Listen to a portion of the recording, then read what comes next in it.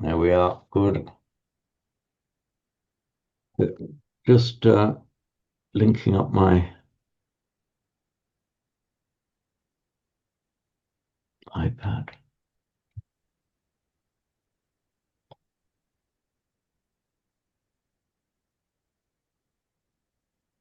There we are. And I will share screen. Share screen. Share.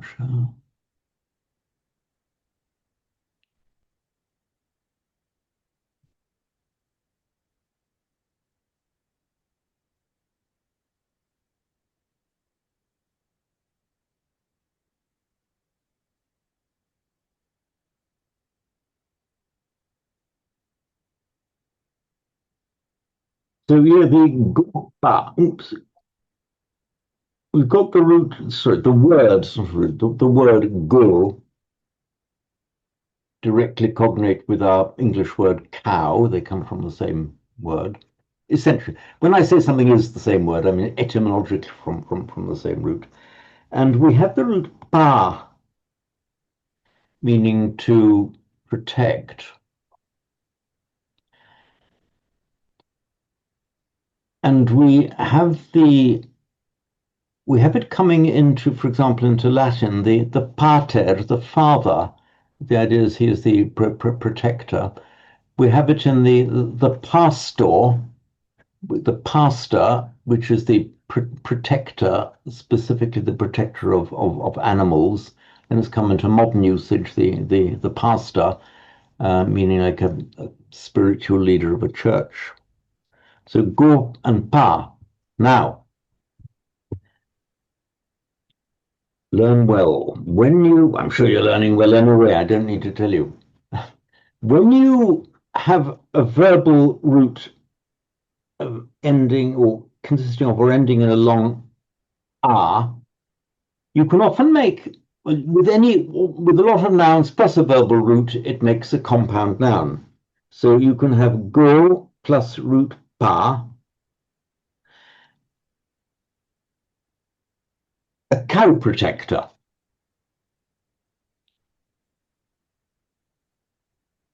Notice I have written this with a short a. Notice that what happens that when you get a root in a long a, but you put it as the second member of a compound, as in a cow protector, you shorten it out. So it's go pa, not go pa, go pa. And you see the same, for example, just look at it and listen to this word in Sanskrit for a moment.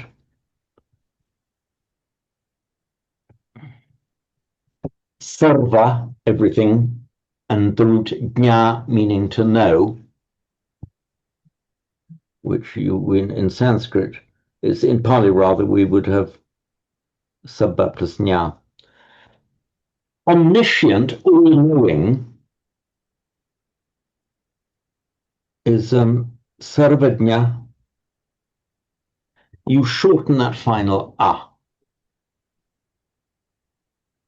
to make, and when you have this, so root in jna, sarva, jna, make a compound word. The one who is all-knowing, omniscient, is sarvajna. And you see it in the word, for instance, you've got da, meaning to give. And a giver of gifts, a giver of gifts, you'd have dana plus da, but that makes the compound noun danada. So danada, the gift giver. So when you compound noun, that shorten that final a.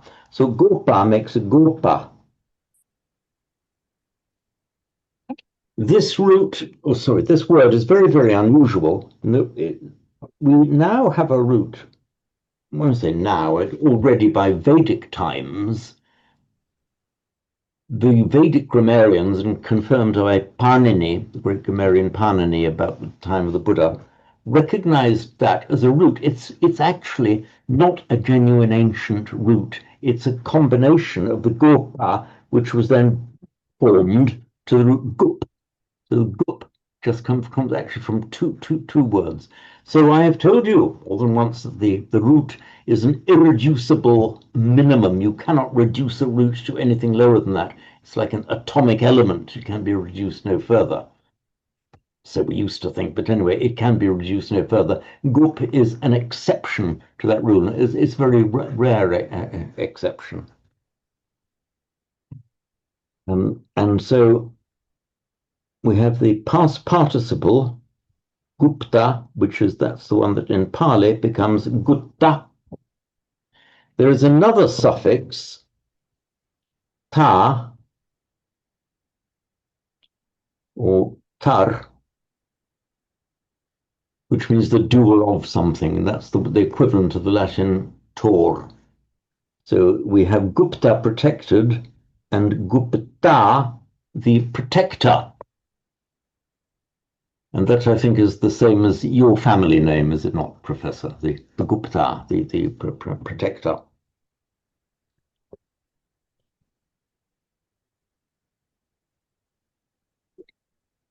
So I can't remember where that digression arose from. It very often happens in these classes.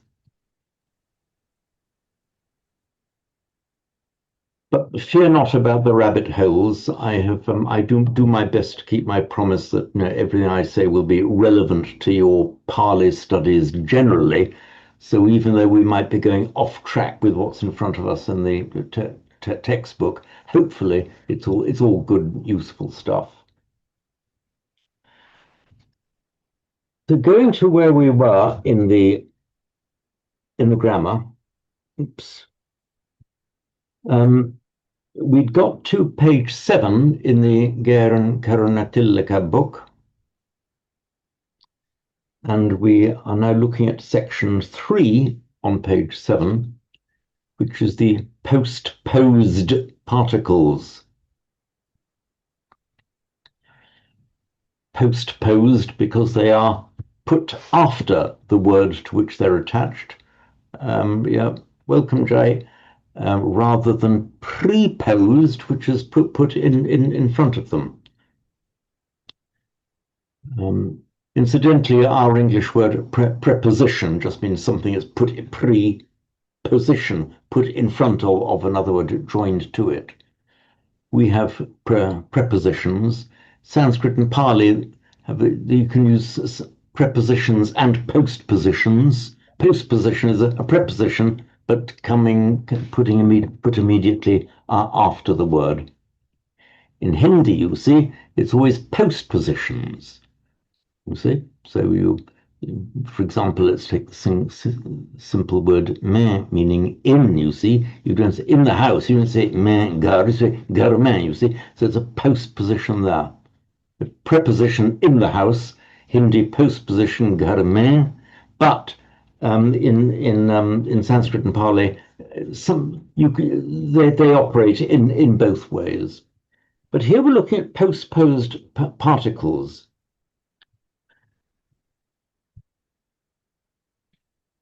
In English, the particle, little word and, for example, is a preposed particle.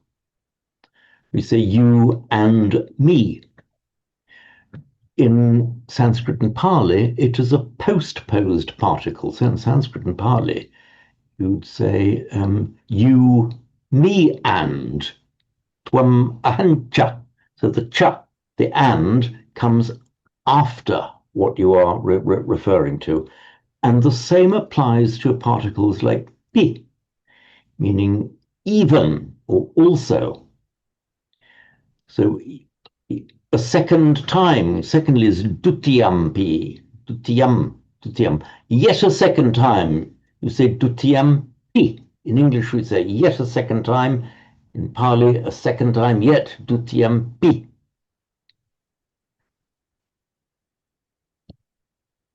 I go for refuge to the Buddha and the Dhamma and the Sangha.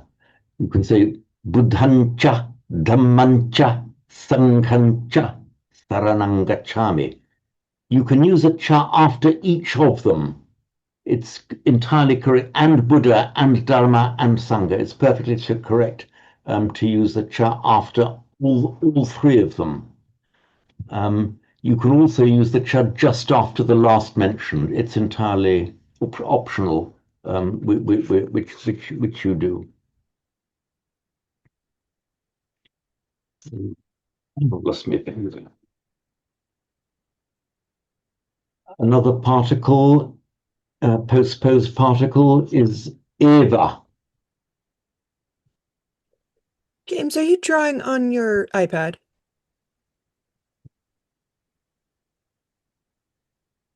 Was that Jen who just reminded me? Yes, it was.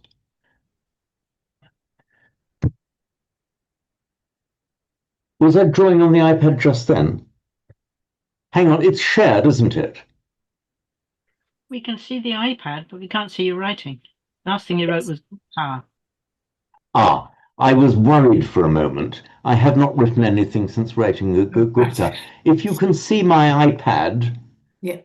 then it ought to follow that you can see anything I'm writing on it. So I don't think it can happen that I'll be writing on the iPad and you can see the iPad and you can't see it. Then something would be very seriously wrong with the technology.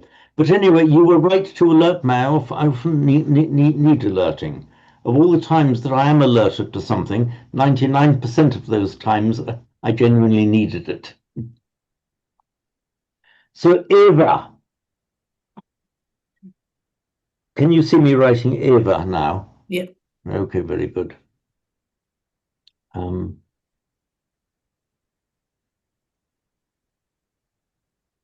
Eva is given in the book as meaning very or certainly. That's just 3 lines up from the bottom of the page.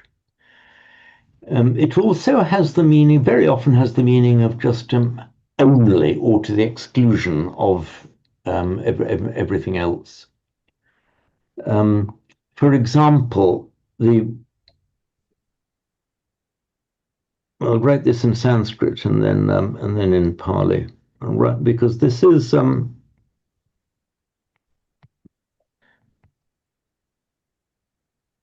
many of you will recognize this Satyameva Jayate. Satyameva Jayate is the logo or the motto of the Republic of India. So Satyam, which in Pali is Satyam, means truth. In Pali, it would be Satyam Jayati. Don't worry about that for the moment. So Satyam Jayate, the truth conquers, or the truth will conquer. But if the force of the Eva here, and it's the same in Sanskrit and Pali, the force of the Eva here, Satyameva Jayate, it means it is the truth that will conquer. So you see the difference in English. The truth will conquer. Okay, just a bold statement. The truth will conquer. But it is the truth that will conquer suggests that there are several things that might have been victorious in the end, several things that were contending for the position of what would conquer, but it is the truth as opposed to violence or lies or hatred. No, it is the truth that ultimately will conquer. And that's the force of the Eva in the Satyameva Jayate. So I've written it in Sanskrit and in Pali. So Satyameva Jayati would be the logo of the Republic of India, but written in Pali. So you see, Eva has these several different functions, but it suggests sometimes an exclusivity or an emphasis on what's being said. The particle va, cha means and, va means or, and just like the cha and, you can repeat it. You can say this or that. You can say idam va, etang va. You can see you can repeat the va. You can put it either idam etam va or idam va etam va. You can repeat or not repeat it. It's optional. And looking at the example, at the top of page 3.2. Sorry, top of page 8, paragraph 3.2. Bhasati va karoti va. Bhasati speaks, karoti acts, he does. Bhasati va karoti va. Either speaks or acts. Many of you will recognize this as coming from the verse 1 of the Dhammapada, but it's repeated, I think, in verses 1 and 2. The next example, Satyancha Dhammancha, the truth and the Dhamma. You could have put to say just Satyan Dhammancha, correct. Satyancha Dhammancha, equally correct. Maybe slightly more emphatic. We can say doctrine and truth, but we can kind of emphasize both the doctrine and the truth. There's that slightly emphatic sense in Pali where we repeat the cha. And the next example, just looking now just a few lines down page 8. Brahmanasya cha putto gahapatikasya cha. The Brahman's son and householders. It says here that the last example demonstrates these forms generally occur after the first word in a constituent that they can join. So Brahmanasya puttocha gahapatikasya would be kind of okay, but Brahmanasya cha putto gahapatikasya is the more common way of putting it. Just looking at this word gahapati,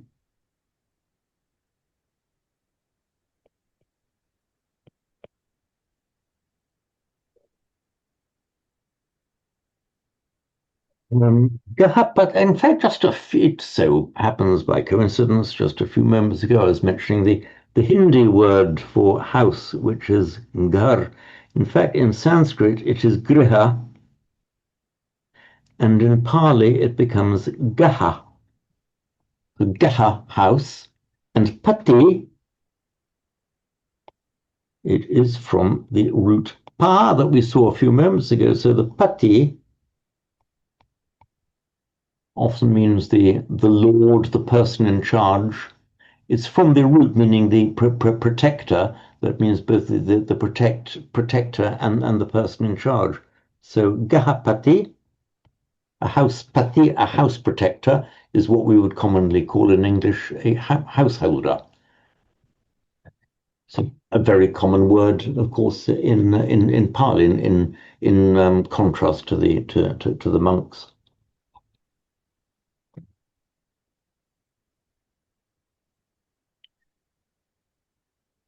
Now we'll look at section 3.3 on page 8. It's the quotation marker iti follows something said or thought. So it can sometimes occur following objective verbs of saying, thinking, or sometimes perceiving. They also serve by itself to indicate that what precedes has been said. So basically, iti, its most common position is at the end of a quote, whether that be a direct quote or, so to speak, an indirect quote. Let me give you an example. You might say that it looks like rain, so I'm going to take my umbrella with me. So this describes the process of thought. Ooh, I think it's going to rain. It looks like rain to me, so I'll take an umbrella. If you wanted to put that into Sanskrit and Pali, you'd say, it looks like rain. Iti, I'll take an umbrella. And so the iti, the unquote, is not direct words. It describes the process of thought. Oh, my petrol's getting low. I better stop off at a filling station. My petrol is getting low. Iti, I'll stop off at a filling station. You see there? It's just describing the reason for doing something, and it can be a fear as well. So any kind of mental process or emotional process that results in an action will often just, you describe the process and then put iti after it.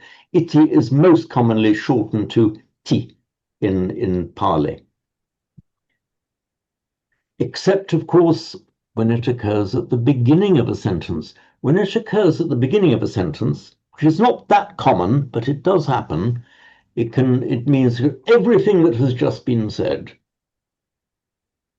Can anyone think of a well-known sentence in Pali beginning with iti? How many?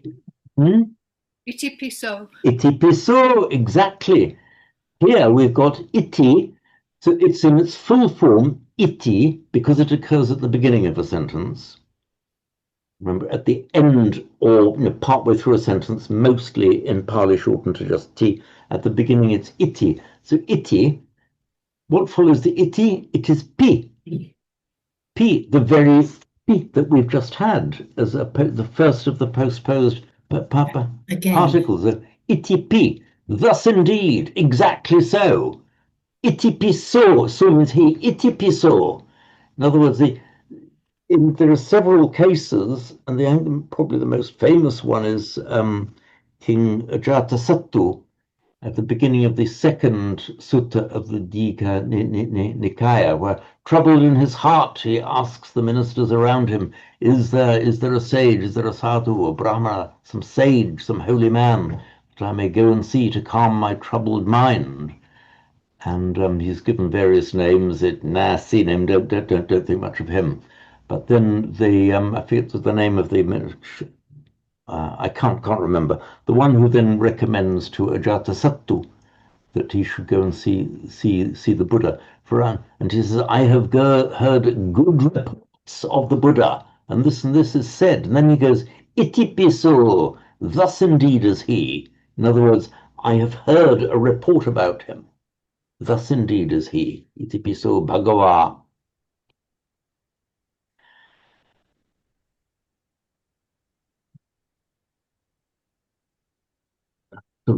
Here we are.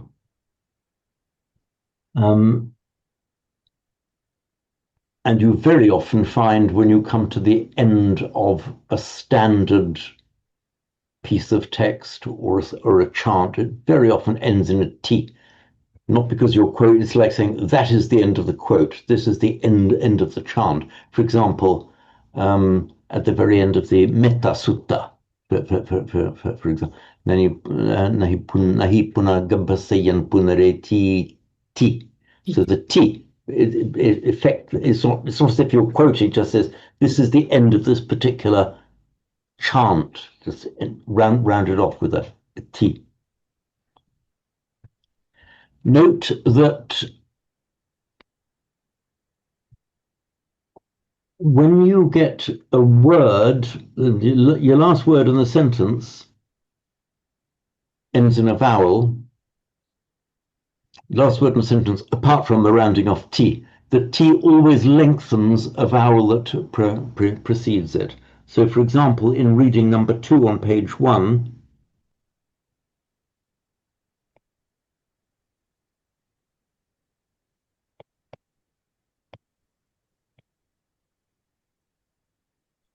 pen's going a bit funny. It's meant to be samvattati.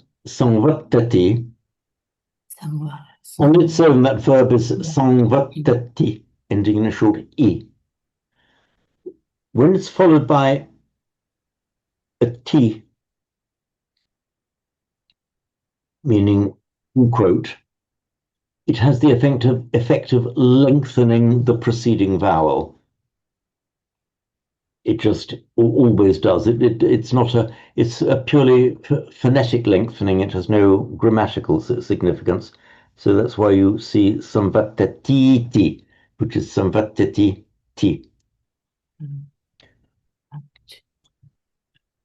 And one of you said, last time round, I was asked why, if you look at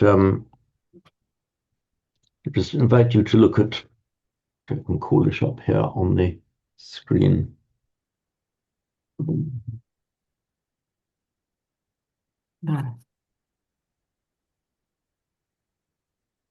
But the TT, if you look here, the long E is written with a circumflex. So I explained last time to a different group, and that circumflex is used just by way of aiding the student. It is not reflected in the Devanagari script or in any of the other scripts. So it's written with a circumflex in Roman script, sometimes just by way of helping the student to show it is the merger of two vowels. For example, if you look exactly halfway down page 1, Naham Bhikkhave, you'll see it written as Naham.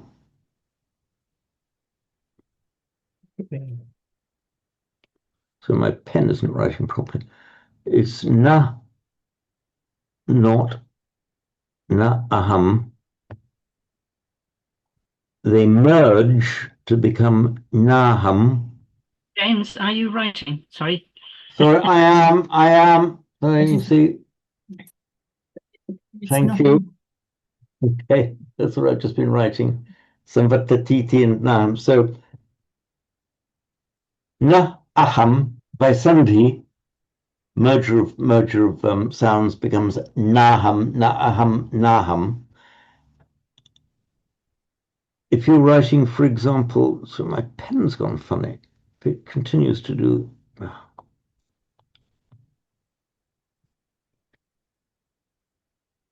For example, if you're writing that in Devanagari, Na Aham, merge them by Sandhi and it becomes Naham. So Naham, we would normally write as Naham.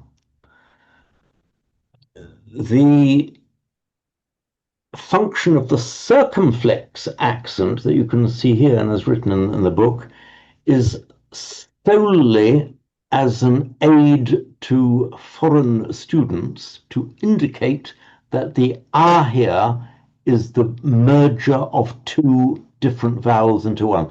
The sandhi creating the long ah. That is why to aid the students, the ah is written with that circumflex accent.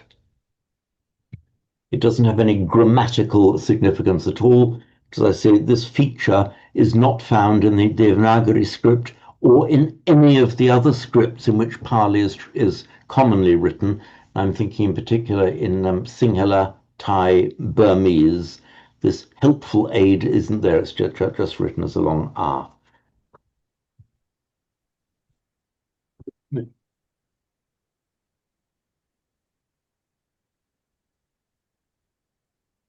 Yes, and the thing about the lengthening of the vowel is mentioned here at the end of section 3.3. When the T or iti follows a word ending in a vowel, the vowel is lengthened. And the E of the iti is lost. In Pali, the first E of the iti is normally lost anyway, except when it begins a sentence. So just to bear in mind that will explain what would otherwise be the inexplicable lengthening of a vowel before T.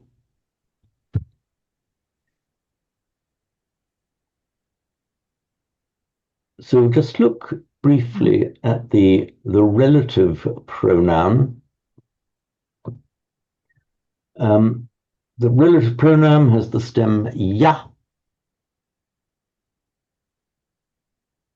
and you have the ya nominative masculine your, instrumental yena, neuter young, and nominative young and instrumental yena.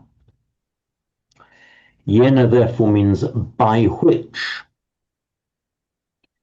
and it's very often used in the sense of whereby, by reason of which. And we find this, for example, in reading 3 that we'll get to in a few minutes, We say Naham bhikkhave anyameka dhammampi samanupassami yena anupannava. So yena, whereby, let me just call that up. You'll see it more easily in the printed text here. Where are we?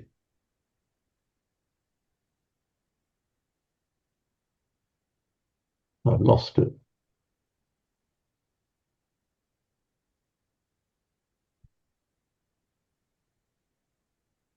Bear with me while I find it.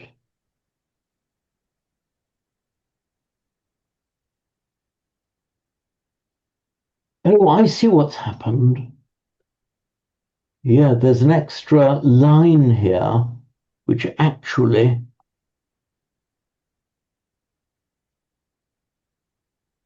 is missing from.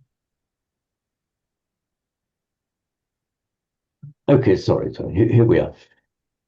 I do not, O monks, detect any one single other phenomenon whereby, or by which, or whereby, that's the instrumental yena, whereby, by which unskillful states arise, and so unskillful states arise, and so on. So that's the use of yena very commonly in the sense of whereby, by which, by reason of which, caused by which.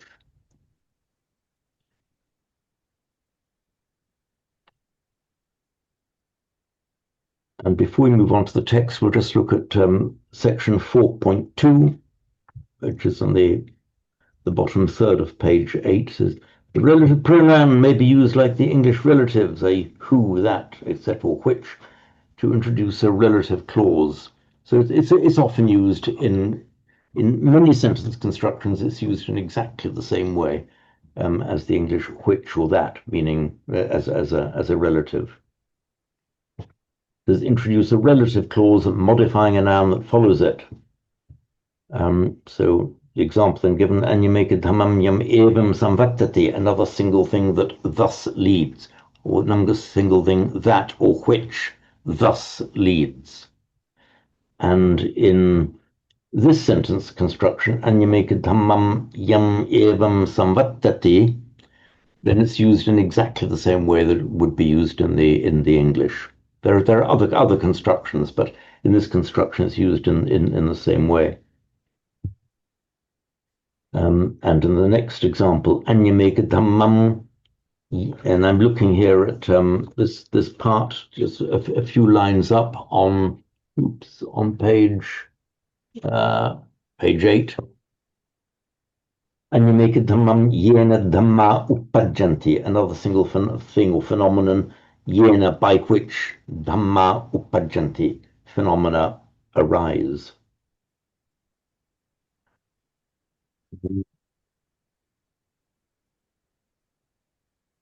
Now it is written in the second but last paragraph on page 8.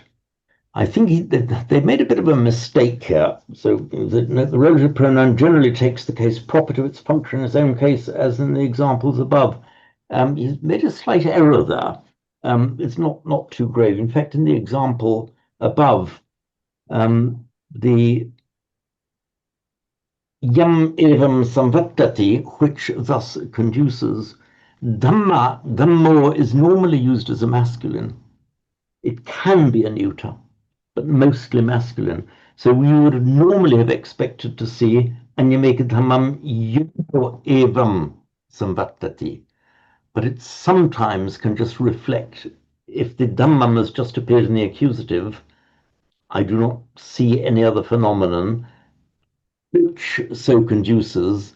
The which there is the subject of the verb conduces, and so you'd expect to see it in the nominative, but it can sometimes be put in the accusative, reflecting the immediately preceding accusative use of dhamma, and you make dhammam ekadhammam samanupassami. That is a minor point. I think they've made an error. I think he's looked at the wrong sentence, but don't worry about that. It's not grave. James, are we coming on to sort of the declension of relative pronouns later? Are we? Is that there? Yeah,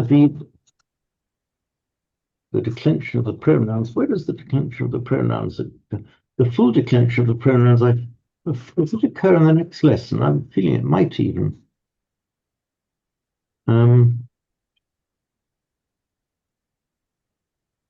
It does. It occurs in lesson 2. Actually, you get the full declension of various pronouns, including euro. The full declension of euro appears at the bottom of page 20. That's in lesson 2. So we'll be getting to that shortly. James, I will have to leave the class because there's thundering and lightning. So I can't use the PC. Yeah. Sorry, thunder and lightning? Yes, in South Africa.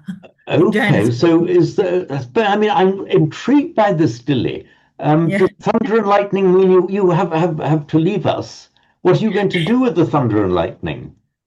No, because I don't know whether I could use the PC with that kind of thundering and lightning. Okay, you mean it might get into the electrics and blow your computer up. Okay, Yes, fine. yes. Okay, we will be sorry to see you go, Dilly, but if the thunder and lightning compels you to leave, so be it. And at your discretion, Dilly. Okay, thank you. Bye. Then it says at the bottom of the page, more commonly, however, Pali relative clauses are formed by a somewhat different correlative construction. These will be described in a later lesson. Yeah.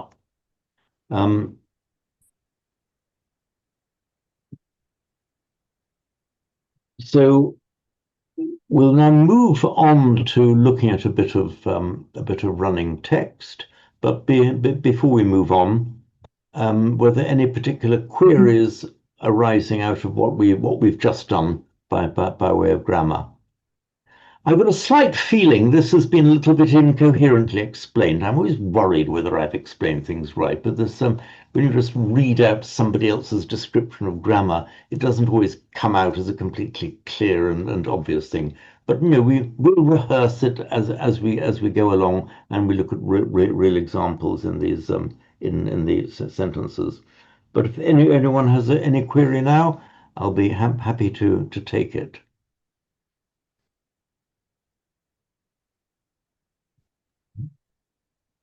Oh, James?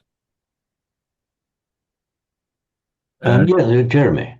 In 3.2, the example which begins Brahmanasa, it says Brahmanasa. Could it be Brahmanasa puto cha gahapatikasa cha? So the puto, could that follow the Brahmanasa? It could. It could. You say just that Brahmanasa puto cha gahapatikasa cha. Yes, it could, but it feels a bit more natural to me for it to follow the Brahmanasa directly, because you're talking about two different people's sons, and you're talking about the son both of the Brahman and of the householder. So that's the contrast that you are making. So I would feel and if you were repeating Brahmanasa Puttu, okay.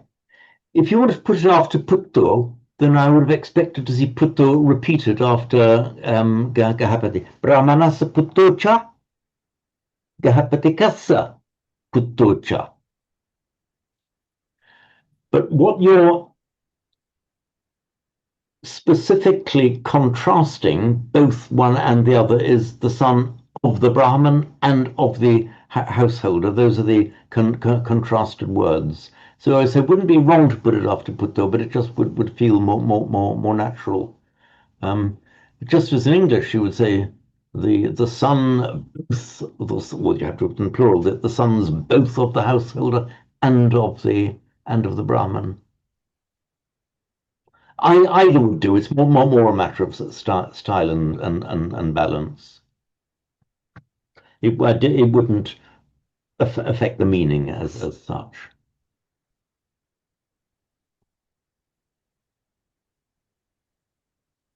So we can go back now to page 3 in the textbook, and I'll just call up my analysis of it.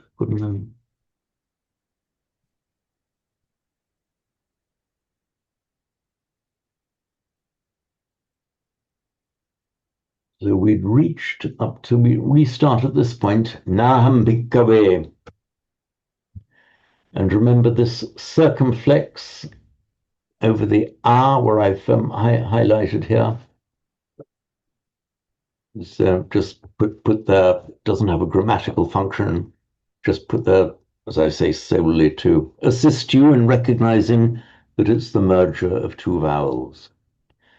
Naham bhikkhave anyang ekadhammampi samanupassami yang evang adantang agutang arakhitang asamvutang mahato anattaya samvattati yathaidang chittam bhikkhave adantang agutang arakhitang asamvutang mahato anattaya samvattatiti.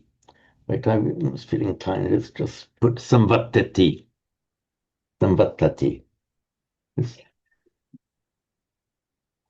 Okay, I've slightly altered the way it appears in the sutta, but that would have been how it would normally have been said and recited. The actual words, if the Buddha was speaking these words, he wouldn't have bothered to put a T at the end. He's not quoting somebody else. He's saying it himself. It's just put in a quote here because whoever was writing this particular form of it was just emphasizing that I'm quoting what the Buddha said. Normally you wouldn't see it. If I'd been writing this textbook, I would actually have omitted all the T at the end of each of these sentences. Now, Naham bhikkhave samanupassami, I do not, O monks, detect. If you analyze this word by word, it's na aham, not I. And this could mislead you into thinking, not I, maybe somebody else, but not I. That's not actually what it means. It means no more than I do not detect. Who detects it? Not I. No, that's not what's being said. So it's not stressing maybe somebody else, but not me. It's just negating the entire sentence. So I do not, O monks, detect. Now, anya, other, you will, this, oops, what have I done? Come on.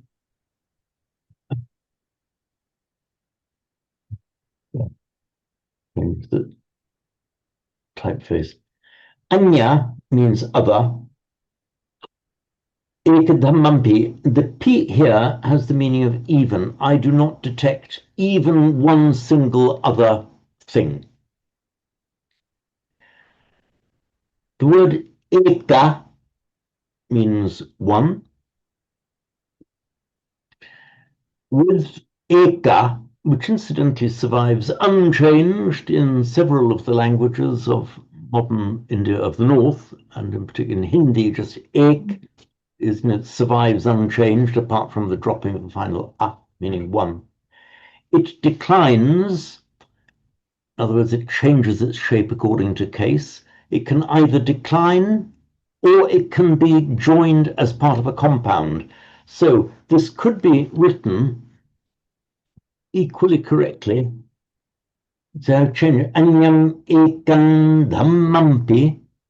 You could write it as a separate word, fully declined, or you can compound it and it becomes, or you can write, in Roman script we can write it with a hyphen. So if you saw anyam ekam dhammampi and anyam ekadhammampi, are equally correct and mean the same thing. Just have to have the option to combine in a compound or not. So if you see a word here, Dhamma is written in its used rather in its very broad sense of phenomenon or thing. If you see a word with eka in front of it and pi after it, this kind of emphasizes it in English, not one single thing. So we can say it in that emphatic way. I do not detect one single other thing. And it's this ekadhamampi is the exact same way. It conveys that same emphasis of how we would say it in English. I do not detect one other single thing. Now, samanupasami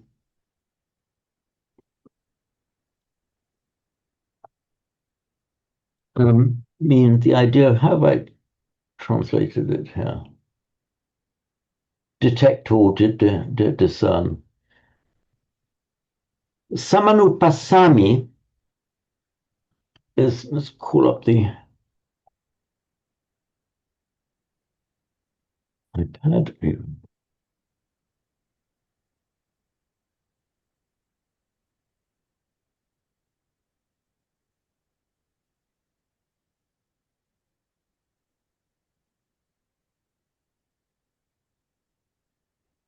This looks like just a long string of sounds.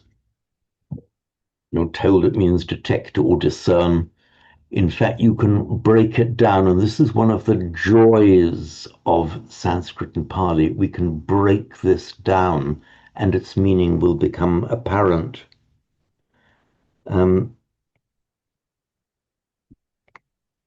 Passati means sees. Passami, I see. In Sanskrit, it's we can make a verbal noun as well. Seeing, passana, which we all know from the word vipassana, which means seeing into something. The word insight, vipassana, passami. Now, if you put the word anu, the verbal prefix, I should say, anu, that has the meaning of continuing or along, like a methodical action, a following action, an action done in accordance with something else. It is directly cognate with the Greek prefix ana, which we use in English. For example, then our word analogy. In Greek, the word logia means reasoning, the use of reason. With an ana in front of it, it means parallel reasoning following in the same way. So if something acts in a certain way, by analogy means following the same line of reasoning, following the reasoning, this ana in Greek. You get the analog, analogy. Anu is a very common prefix and generally has the meaning of following along with, in accordance, or a methodical doing of something. Just the word, let me give you this example, because again, this you'll frequently encounter this. Anusarati.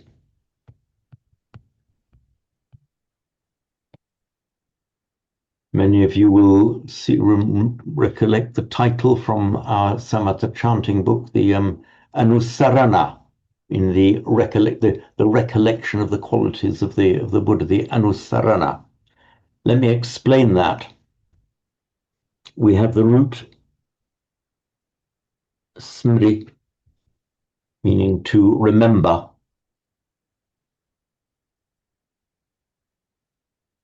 And also this is, I'll be doing two things here, also explaining why I so often refer back to Sanskrit for the explanation of these things. Smarati, smarati, root smrit, remember, he, she, it remembers smarati, and that smarati becomes sarati in Pali. Pali doesn't like to begin a word with a sm or a snow, just drop the second part, just sarati. And it makes a verbal noun, smriti in Sanskrit. Remember, this subdotted r is a vowel in Sanskrit, smriti. Pali does not have the vowel r, it becomes something else. It becomes a, I, or u, depending. But here it just becomes, we can't have a sm, it becomes a s, so we get sati. Sati. So we all know the word sati. It's our regular Pali word that is commonly translated as mindfulness. But the original meaning was remembering.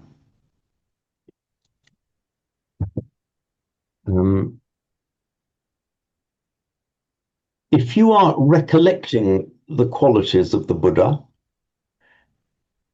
recollection in this sense is you are methodically calling to mind one, then the other, then the other, not just randomly thinking, oh, I remember this, I remember that.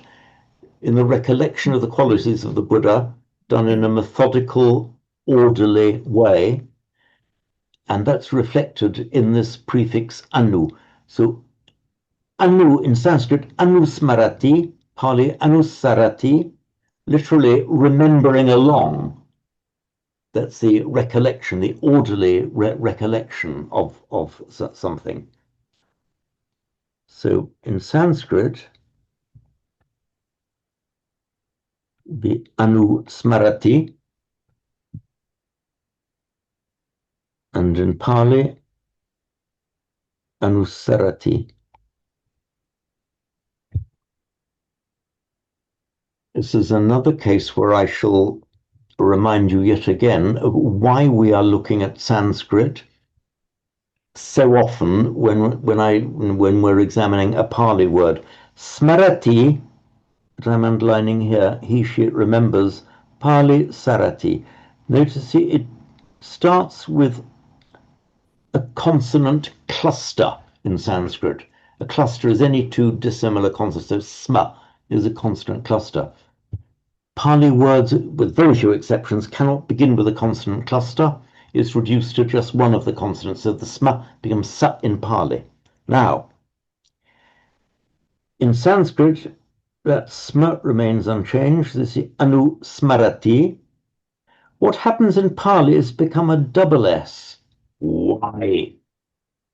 Phenomenon, you'll see it again and again.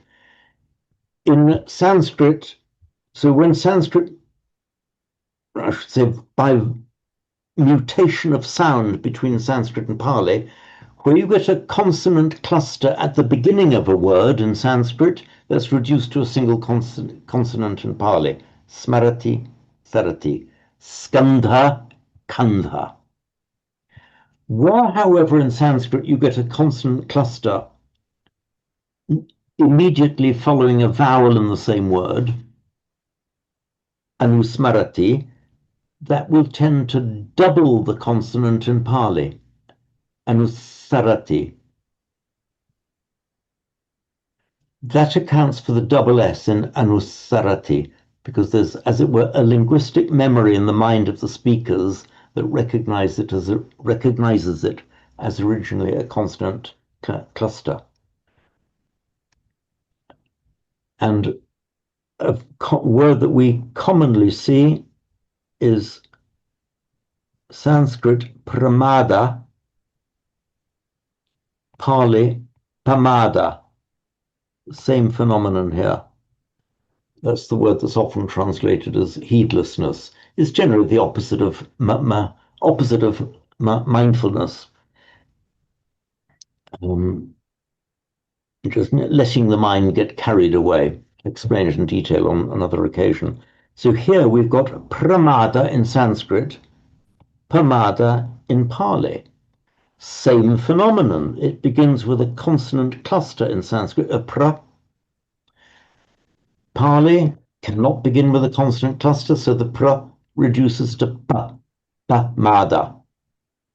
However, let us negate the word now to apramada in Sanskrit, non-pramada. When the word stands on its own in Pali, it just begins with a single consonant. But if we put the a in front of it in Pali, the consonant doubles. Because the pr to p has to be a single consonant because you can't begin a word with a double consonant. But where this consonant cluster appears after a vowel in Sanskrit, Pali will double it. So pamada, pamada. Anusmarati, smarati, sarati, but anusmarati, anusarati. This explains a lot, maybe even the majority of the cases where you find a doubled consonant in Pali.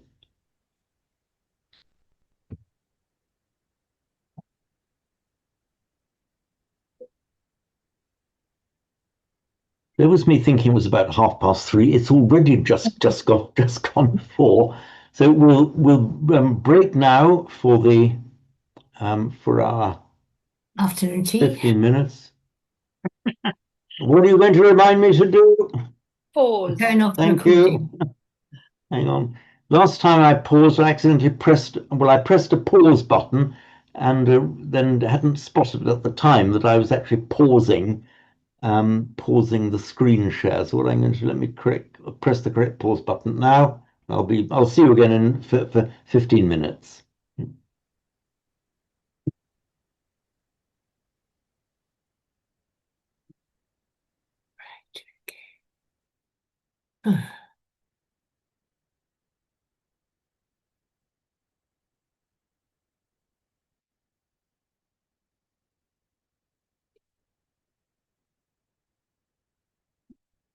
Oh, dear me.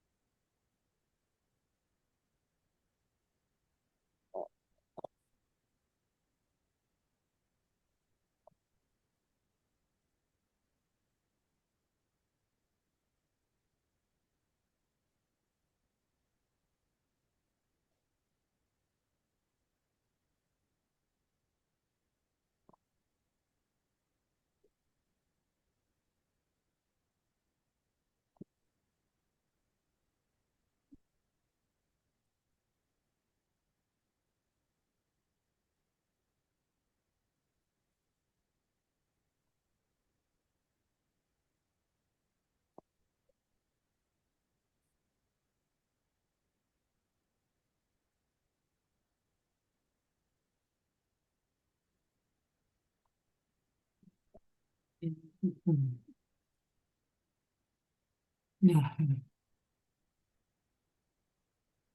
Samanupasami. Samanupasami. Samanupasami.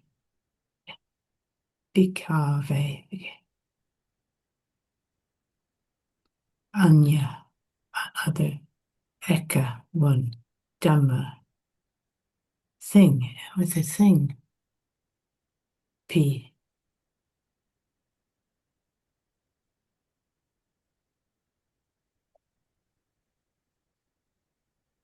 Anyam. Other. Ek. One.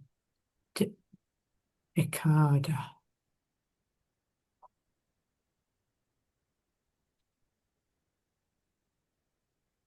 Eka.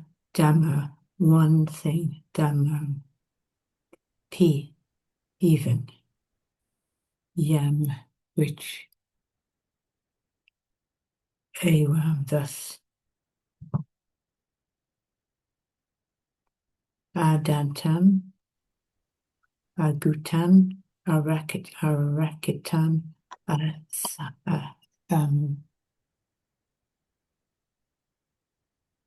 Asambutam. Amato. Anataya. Samvatati.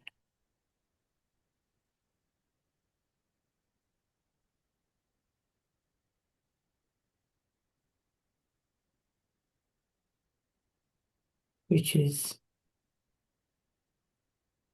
unguarded,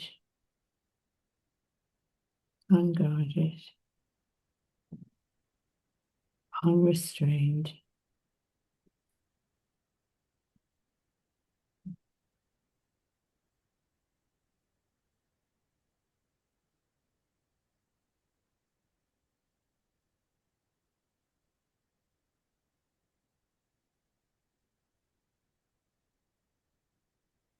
untamed,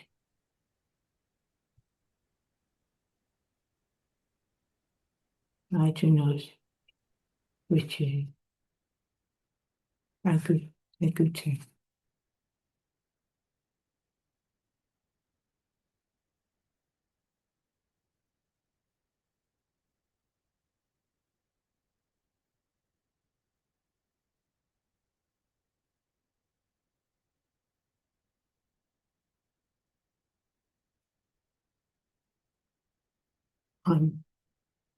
Unprotected, unguarded,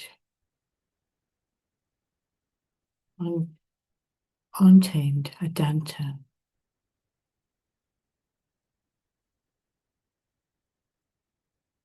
tamed,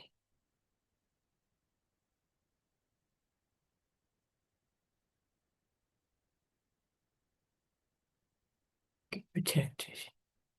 So I do not, because Samanupasi, no.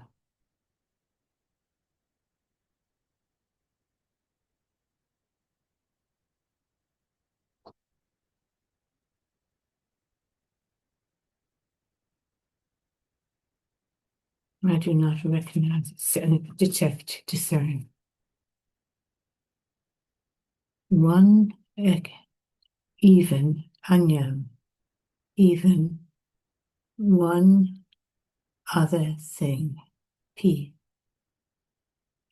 even, anyam, other thing, yam, which, relative pronoun, which, thus is untamed,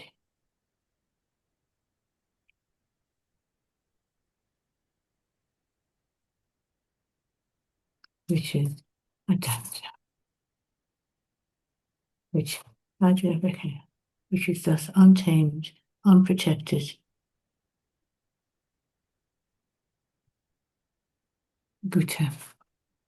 Unflamed, unprotected. Arakitam, unguarded.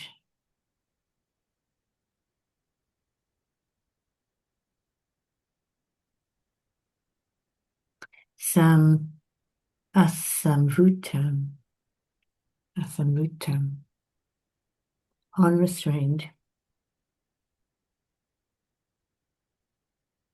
Well, Krista, I don't know whether you intended to share all that with us. No, it's fine. I mean, it delights my heart to see that even before we start, there you are, practicing the words. Oh dear. Very creditable. No, very creditable indeed.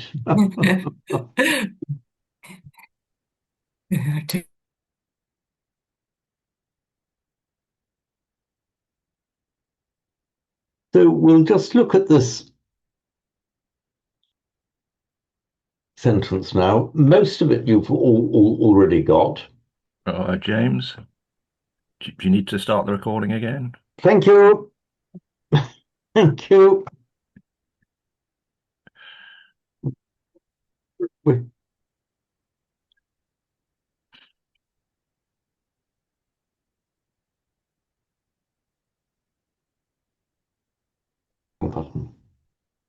There we are. Good. Yeah. Thank you, Jeremy.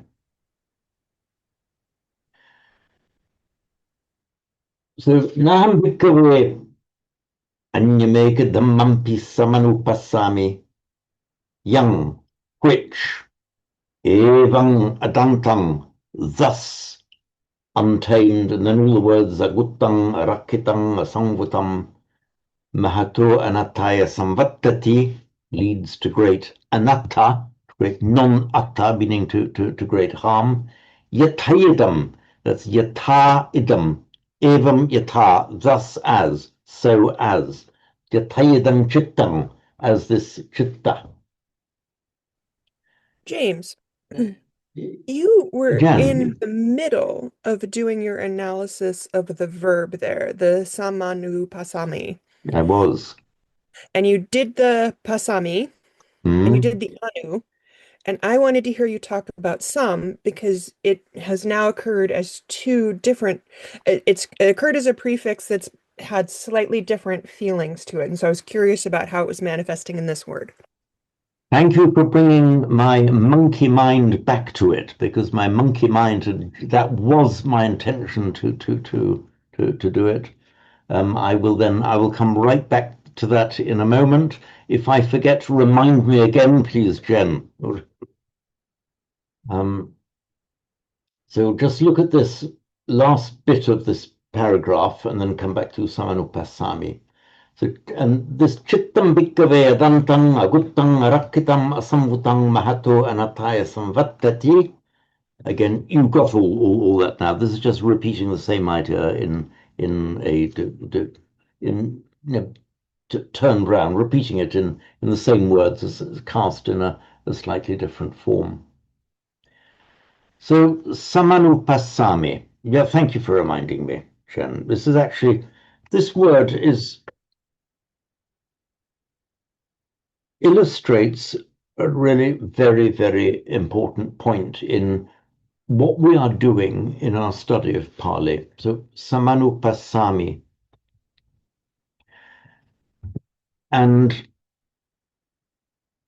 those of you who have got to know me better over the previous series of these classes will by now have learnt my usual response to what's the correct translation of that word, which I say, stop, we aren't doing translation here. We are looking inside the Pali. What is the force of that word? Samanupasami is a word that beautifully illustrates how you can get into the life and force of the word and feel it from the inside. So this simple root, it's pashya, pash in Sanskrit, passati, to see in Pali. Now with the prefix anupassati, or first person singular, anupassami, see along, you're seeing along, you're considering it. Now, this prefix some,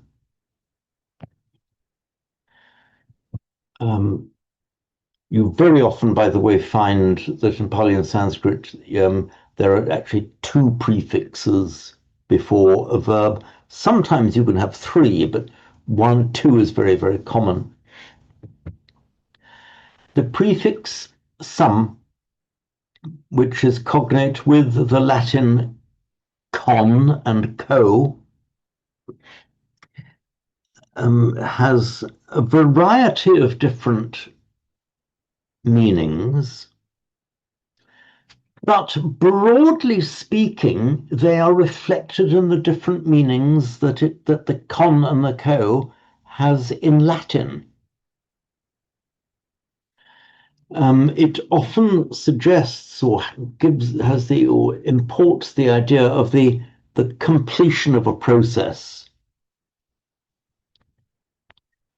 Anupassati, to consider something, samanupassati, not only considers it, but considers it and reaches a conclusion about a concluded considering. I've thought about it, and this is the result I have reached. And that's the meaning of some anupassati. Anupassami, I'm considering in it. Some anupassami, I conclude so and so. So the sum here is the culmination, the conclusion, the fruition of the process, of the anupassana, of the considering of it.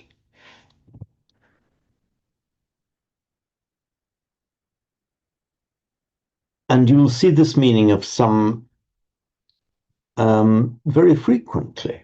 And as I mentioned, it may have been to a different group.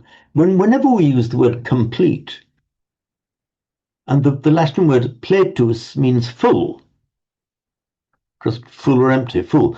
But completus, which in English we have the completion of something, not just the filling, but the fulfilling. It's like the culmination of the process, with the emphasis on the culmination, the conclusion of it. Look at the word conclusion. Just clusion, cludere, means closing.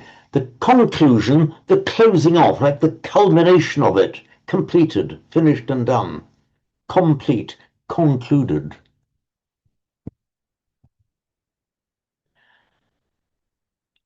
And that's the meaning that it has here. That's why conclude, detect. I put detect here. It's more the idea of, to reach your considered opinion. After thinking about it, then reach that considered opinion. And the reason I'm just dwelling on this word is because this so clearly reflects the force that these prefixes have.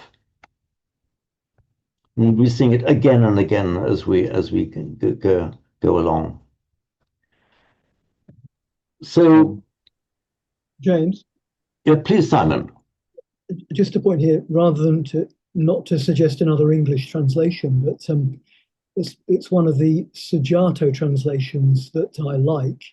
That here he has the idea of regard, which is not only like you're watching along, you're regarding it in the present moment, but that sense of completion that having come to a conclusion, I regard it as this, almost like ditti, that you regard it, you see it, you have a more fixed opinion of something, which is what he's saying here.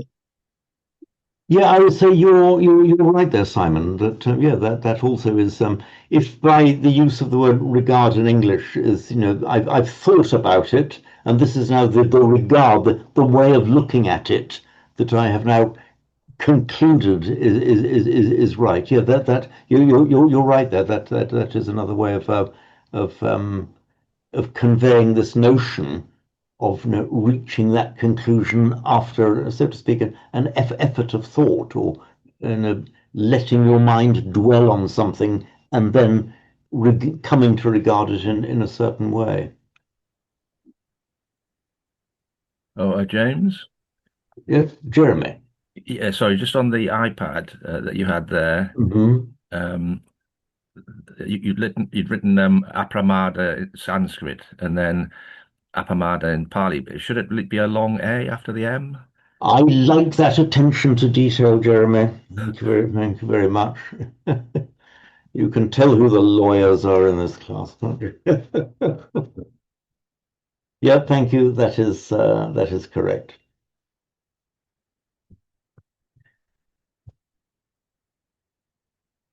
So we'll move on to start of section 3, halfway down page 1 in a moment. Were there any, before we go on to that, were there any queries arising out of what we've just done? Anyway, if you can't think of them now, we can always come back to them at any time.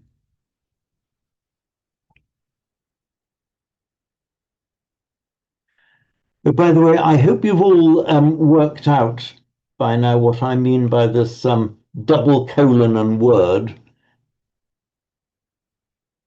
That means that you can look up this word in the explanatory glossary that I have done. I hope at least a few of you have actually looked at the explanatory glossary. Oh, I see a few heads nodding, but I'm relieved. I haven't counted the hundreds of hours that have gone into that so far. So all of these things are explained further. So looking at this paragraph 3 here. Michhadittikassa bhikkhave anupanna cheva akusala dhamma uppadyanti uppanna cha akusala dhamma vepullaya samvattanti.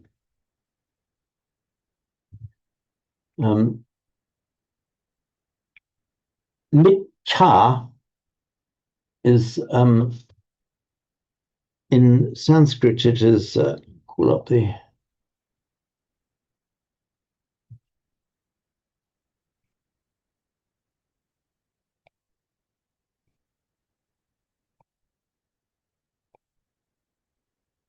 it's an invariable word, and so it's used as either as an adverb or as a prefix. It just means wrong or wrongly. So we have ditti, meaning view,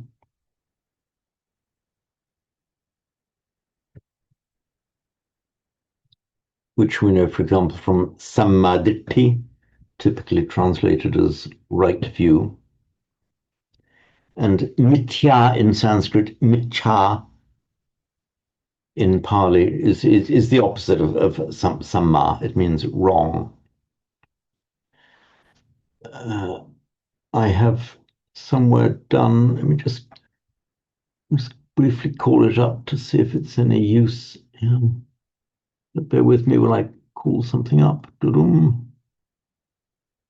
Explanatory glossary.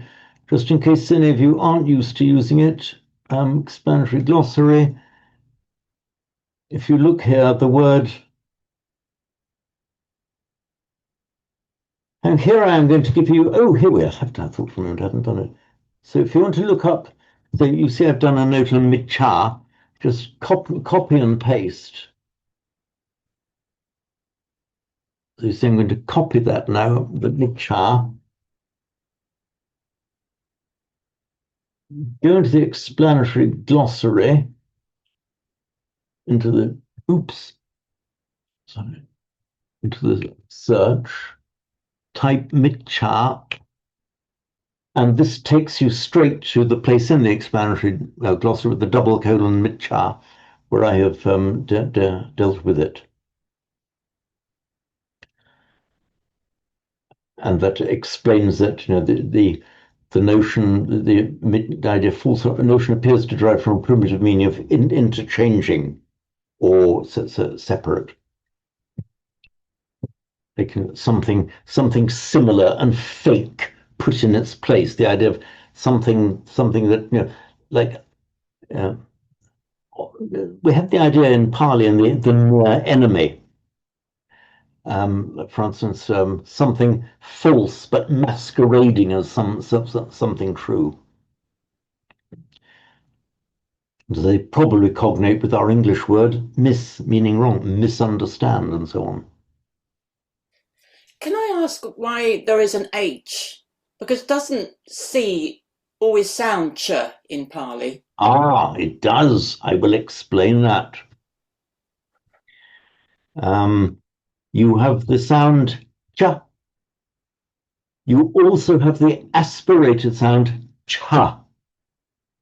So just as you have, so for example, the sound ta and ta are different sounds, to the native speaker of any of the languages of India, certainly northern India, cha and cha are different sounds. So when you see the ch, that has a distinct reason for it. It is the aspirated form of a ch. So cha. They're very different sounds to the Indians, particularly, for example, to the Hindi speakers here. Cha sound as different to the Indian ear as t and th, for example, do to the native English speakers here. Well, I'm glad you raised that point. So the H is there for a reason. It really is pronounced as an additional letter. So, for example, one of the most common words in Hindi, the acha, which in fact is in Devanagari, that's a cha, you see, and the different sounds, different symbol is a cha, so they actually have completely different looking letters for it in the Devanagari script. And you write them together,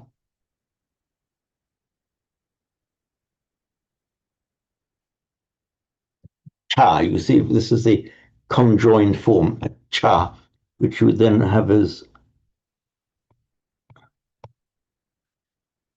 I mean, I don't think the word acha exists, but acha and acha, the Indian ear will readily discern the difference. The English ear might not discern it so well. It's exactly, for example, you have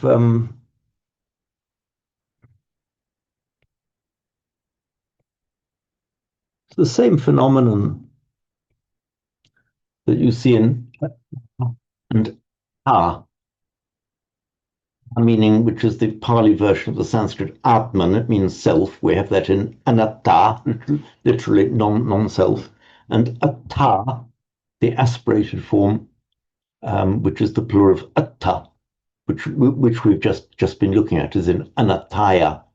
So atta means objectives or goals. Is it all fully explained, Sarah? No, it's good, yeah. Thank you very much. Thank you. And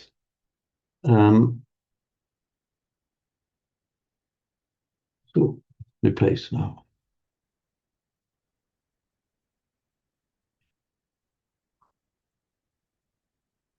So mithya, then false. Ditti is a view.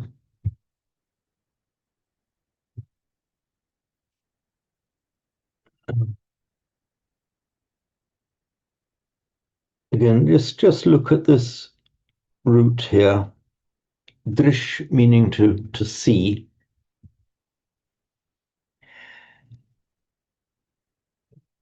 One very, very common way of forming a verbal noun is just to add ti to the root.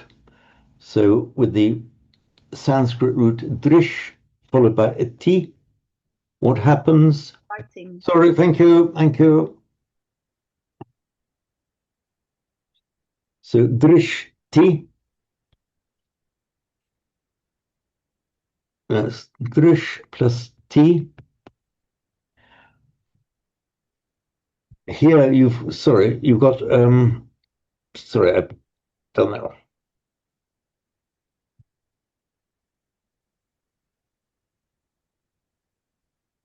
drish and ti by a standard phonetic rule in Sanskrit. Wherever you get a sh, a palatal sh, followed by a t, they automatically become retroflex t. So drishti becomes drishti in Sanskrit. That's an automatic. You never have a sh and a t next to each other in Sanskrit. They both change into the retroflex drishti. I'll explain in a moment why I'm saying all this. So this drishti, now this consonant, this vowel ri doesn't exist in Pali. It's replaced by something else. So the dri becomes a di. This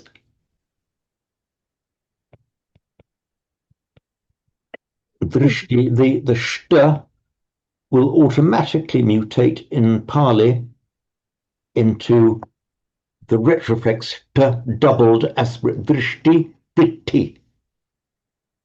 So whenever you see drishti in Sanskrit, you can accurately predict that it will automatically become ditti in Pali.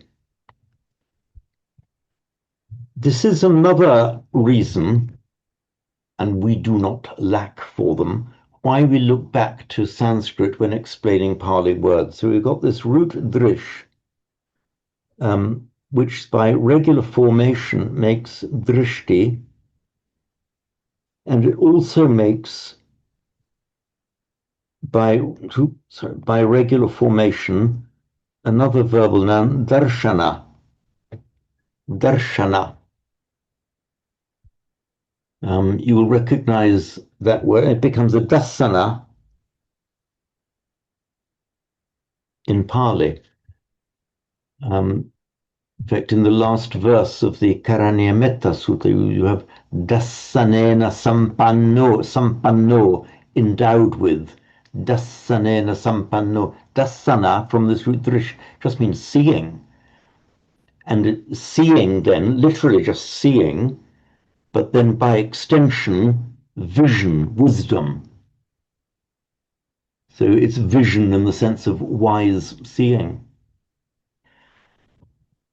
If you did not look back to the Sanskrit root and you saw the two Pali words ditti and dasana, so I've just ringed there, you would not see any connection between them.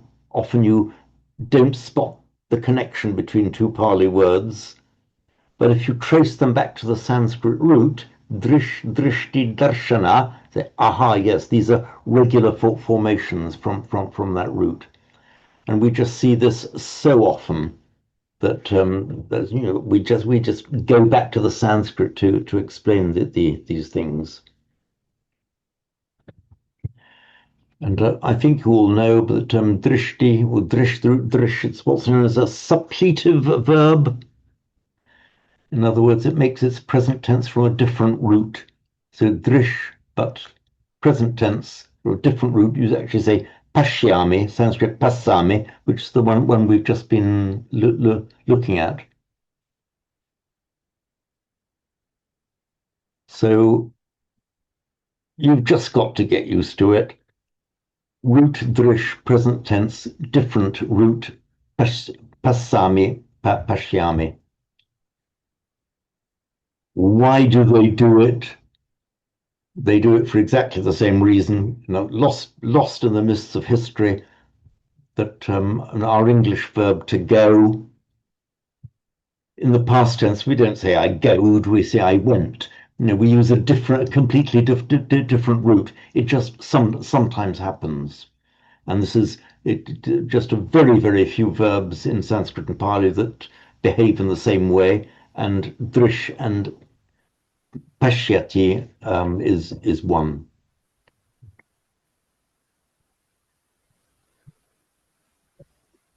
So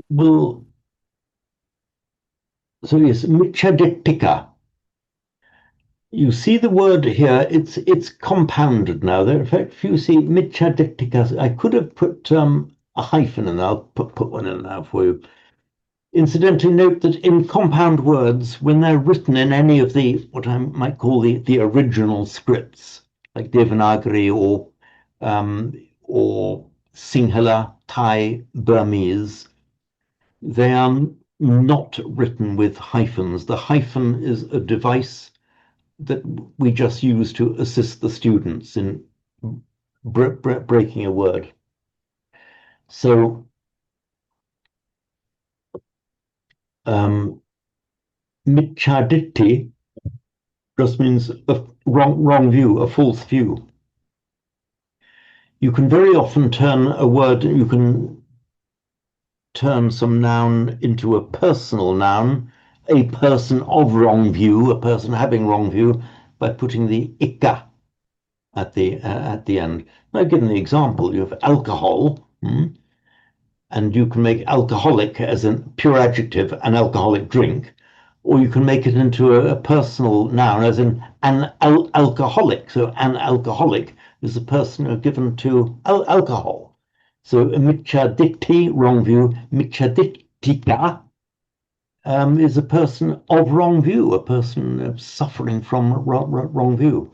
And incidentally, this ika ending in Sanskrit and Pali is directly cognate with the ikos ending in Greek, ikus in Latin, which just comes, there's so many words in English ending in an IC, the ik ending. You can just make an adjective out of a noun or describing a person out of a noun. Simon. Is that why so many monks have names ending in that, like Karuniko and Gavesako, etc., because they embody the quality of that particular word? They do indeed. So Karuniko, from Karuna meaning compassion, so Karuniko would mean compassionate, one characterized by compassion. So yeah, it is exactly that, an adjective derived out of a noun, and in the names of monks or the monastic names of monks, typically denoting a desirable quality. Many of you know the name of the well-known Nyanaponika Thera, who was a great scholarly monk, originally German actually.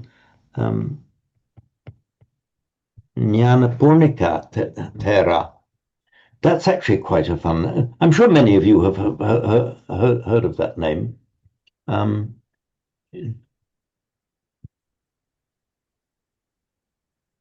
It's again, unless you break it down, if you're unfamiliar with Nyanaponika, it'll just look like a series of noises. So Jnana in Sanskrit. James, it looks like you're writing on your Thank iPad. you. I was. Thank you. So Jnana, knowledge. We all know that's directly cognate with our English know, where we write the K, we don't write the Jnana, know, same word. In Latin also comes cognoscere, cognitigna. It's become a Z in the Slavonic language, so the Russian word for to know is znać, for example. And the dnya just becomes a nya in Pali. So jnana, just as dana, dnya, jnana, Pali jnana.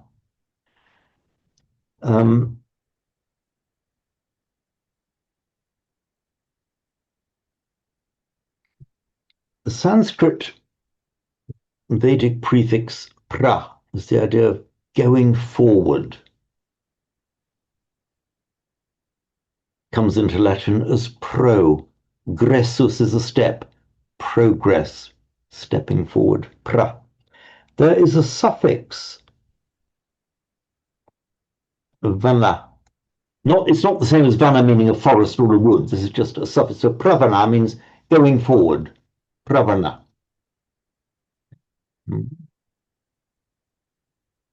Pravana, we sometimes find that in Pali, the ava becomes an o.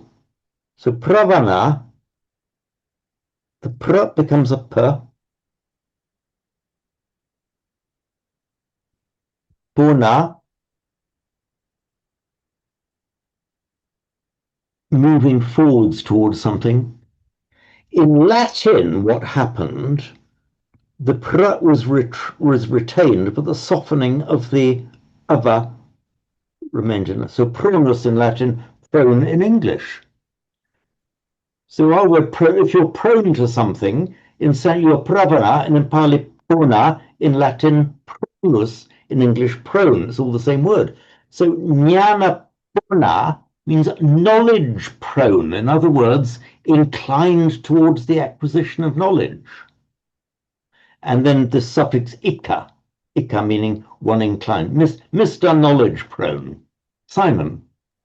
And is that the same in the Dhammacakkappavattana Sutta when it talks about punobhavika? So tending to renew, tending to. Yeah, exactly so, yes.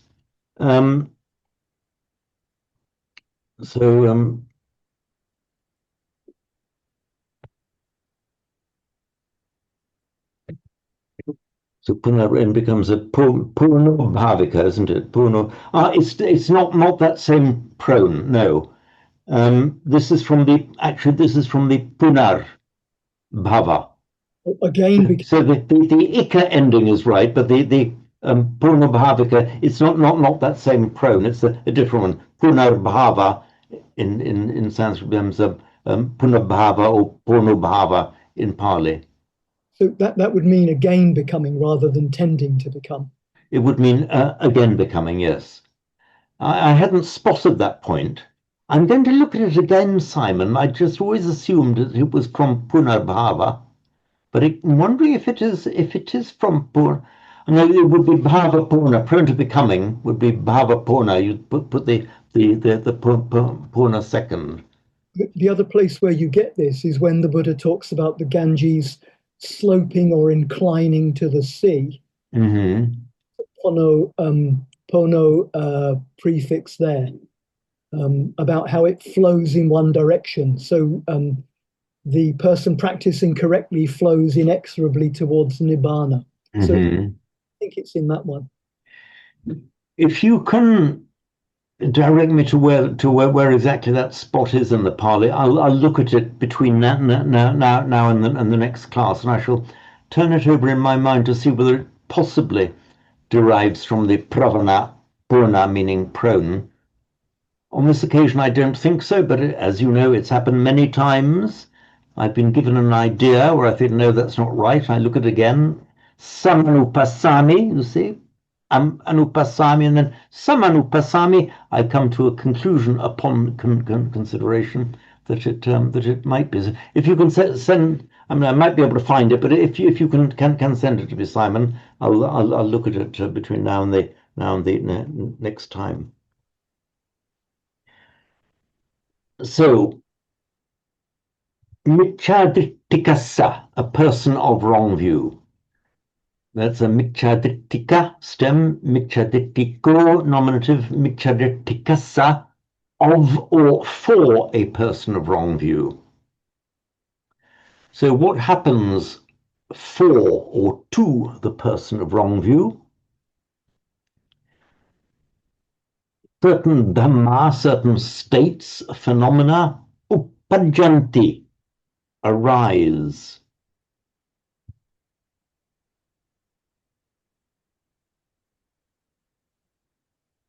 Just pull up the analyzed text. Here we are.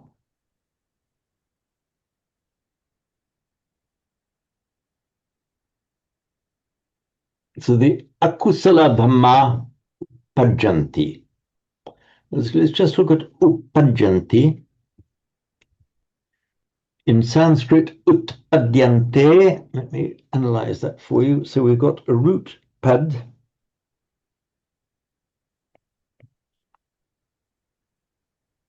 which is cognate with our English word foot. but the basic meaning of pad means to go.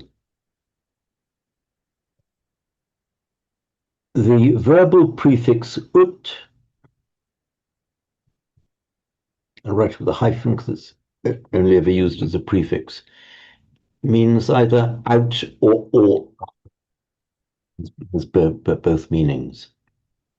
This prefix ut is cognate with our English word out. It is etymologically that same word.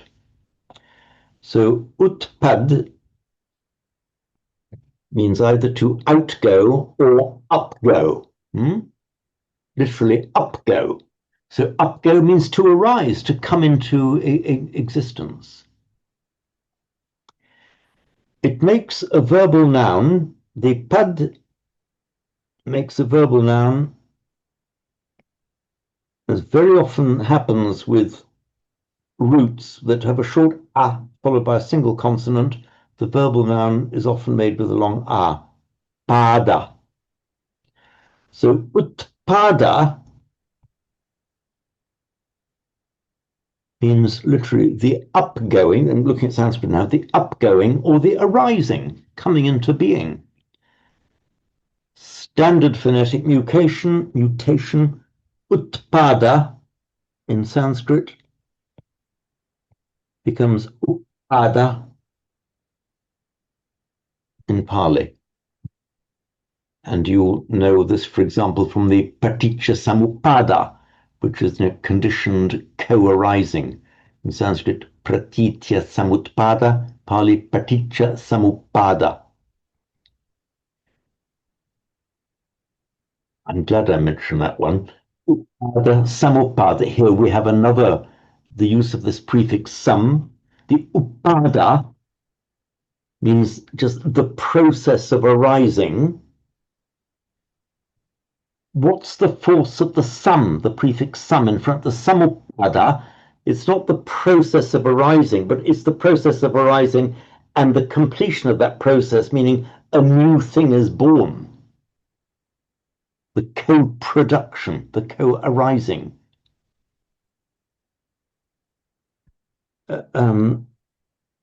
Bhava, being. Look at the word sambhava. There was the ordinary word bhava, being, sambhava, coming into being, and it's the word used for birth.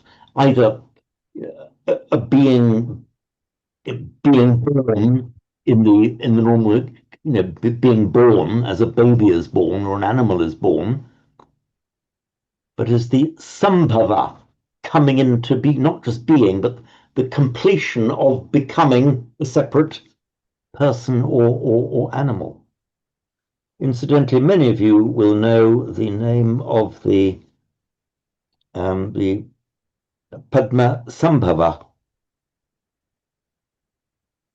a much revered guru in the Tibetan tradition. That is lotus born, or lotus birth. He who had his birth in a Padma, in a lotus. So here we have this wonderful illustration again of the meaning of this prefix some. It denotes not just the happening of the process, but the fruition, the completion of the process. So here, kusala dhamma upajjanti, skillful dhamma arise.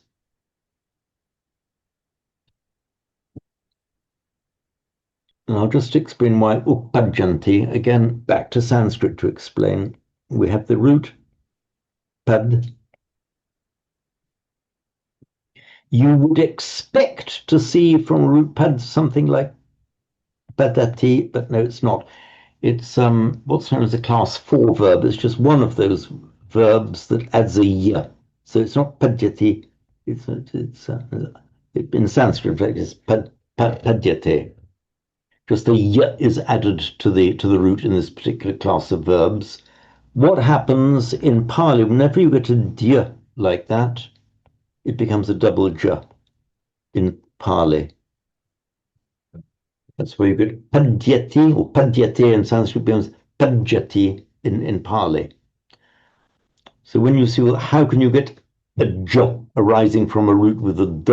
Well, if you just look at the Pali, not entirely obvious. Look back to the Sanskrit, then becomes very obvious. Padya, padyate, padyati. So we have the noun, the verbal noun upada, but the verb upadjati, which in Sanskrit would be utpadyate, just means that they arise, come into existence. So akusala dhamma upadjanti, skillful states arise.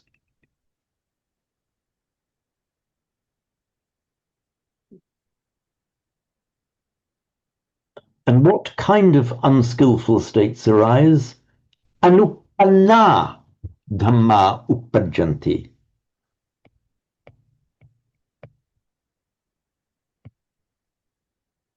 So the anupanna, unarisen. Again, it's from that same root pad, as I will explain. Root pad.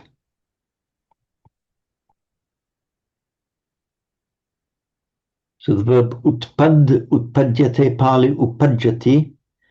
This particular root forms its past participle not with a ta, but with a na. Just as in English, many of our past participles from irregular verbs end not with an ed, but with an en, driven, written, spoken. We have so many past participles, we don't say drived, righted, and speaked. We say written, driven, spoken with the past participle with an n. That phenomenon is seen equally in Sanskrit and Pali. Many past participles are made with an n, so you get pad plus na.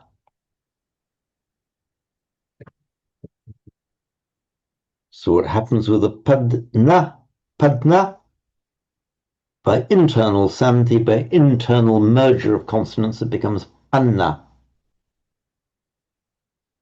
in Sanskrit and Pali. So in Sanskrit, then, that which is arisen is utpadna, which becomes utpanna. And in Pali, utpanna.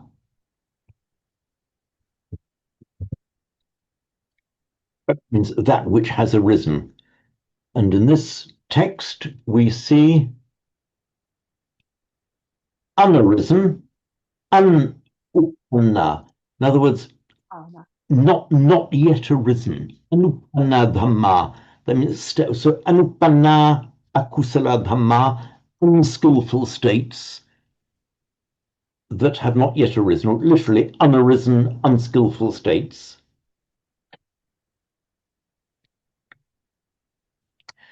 That's the negating a, which becomes an before a vowel. Exactly as it does in Greek and also in English. This panna is a very, very frequently encountered. You have pratipad, prati, one of the most fascinating prefixes in the language. Can't now, but I could go on for hours about the meaning of prati. We'll see a lot of this prati, which in Pali becomes prati. So pratipad means either to go towards, to follow a certain path. And if you are engaged in that path, you are in Sanskrit pratipanna. Pratipanna. If you are well engaged, the supratipanna. You recognize that? Supatipanno bhagavato savaka sangho. Supatipanno bhagavato savaka sangho means well engaged, often translated as practicing well. But there's more to that word patipada patipanna than simply practicing.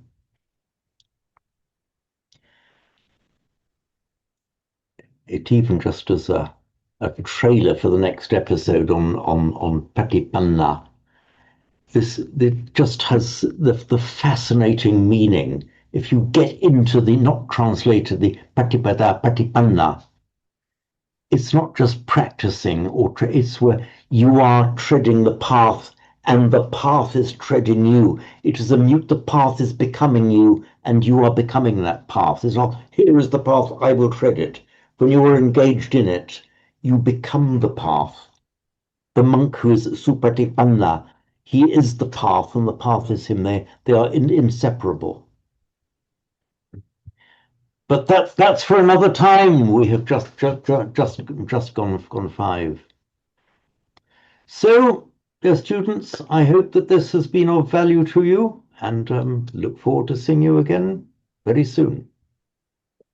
Okay, thank you all.